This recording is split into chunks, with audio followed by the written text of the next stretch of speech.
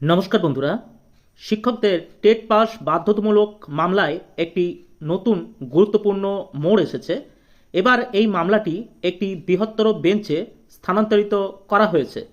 Supreme কোর্টের মাননীয় বিচারপতি দীপঙ্কর দত্ত এবং বিচারপতি আগস্টিন জর্জ মাসিহ বেঞ্চে এই মামলাটিকে প্রধান বিচারপতির কাছে পাঠিয়েছেন একটি বৃহত্তর বেঞ্চ গঠনের জন্য, যেখানে এই মামলা পুঙ্খানুপুঙ্খ এবং বিস্তারিত শুনানি সম্ভব হবে।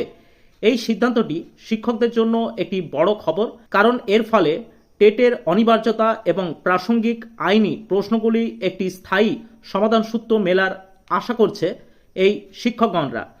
সরকারি বিদ্যালয়ে প্রথম শ্রেণী থেকে অষ্টম শ্রেণী পর্যন্ত শিক্ষকতার জন্য টেট পাস বাধ্যতামূলক।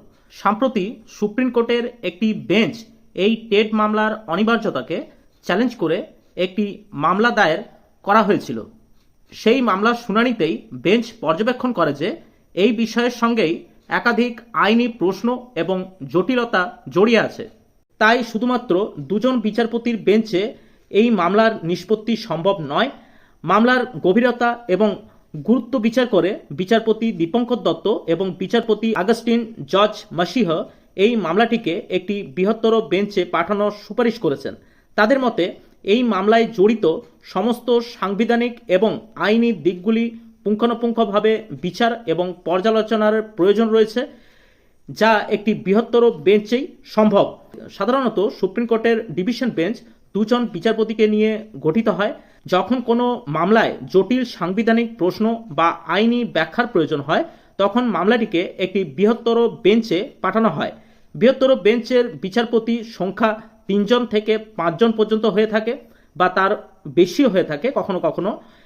এই ধরনের বেঞ্চের সিদ্ধান্ত ডিভিশন বেঞ্চের রায়ের চেয়ে বেশি বাধ্যতামূলক হিসাবে গণ্য হয়। টেট মামলা একটি বৃহত্তর বেঞ্চে স্থানান্তরিত করার অর্থ হলো এই মামলার শুনানি আরও বিস্তারিতভাবে হবে।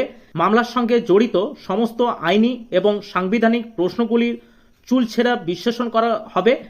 এই মামলার রায় ভবিষ্যতে শিক্ষক নিয়োগ সংক্রান্ত মামলার একটি গুরুত্বপূর্ণ নজির হয়ে থাকবে। সুপ্রিম কোর্টের এই সিদ্ধান্তে শিক্ষক এবং চাকরি প্রার্থীদের মধ্যে মিশ্র প্রতিক্রিয়া দেখা দিয়েছে।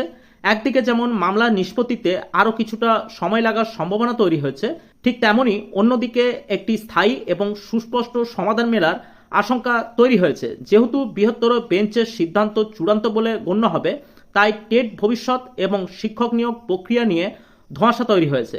তা কেটে যাবে বলেই আশা করা যাচ্ছে সুপ্রিম কোর্টের এই বেঞ্চের রায়ের সিদ্ধান্তের উপর। দেখার বিষয় প্রধান বিচারপতি কবে এই বৃহত্তর বেঞ্চ গঠন করেন এবং কবে থেকে এই মামলার নতুন শুনানি শুরু হয়। এই নতুন বেঞ্চের মামলার শুনানি নিয়ে আপডেট খবর পাওয়ার জন্য আপনারা অবশ্যই আমাদের চ্যানেলটি সাবস্ক্রাইব করে রাখতে পারেন। আমরা ভিডিওর মাধ্যমে আপনাদের কাছে সেই মামলার শুনানির আপডেট সবার আগে তুলে ধরার চেষ্টা করব। আজ এই পর্যন্তই। দেখা হচ্ছে পরের নতুন কোনো ভিডিওতে। নমস্কার, ভালো থাকবেন, ধন্যবাদ।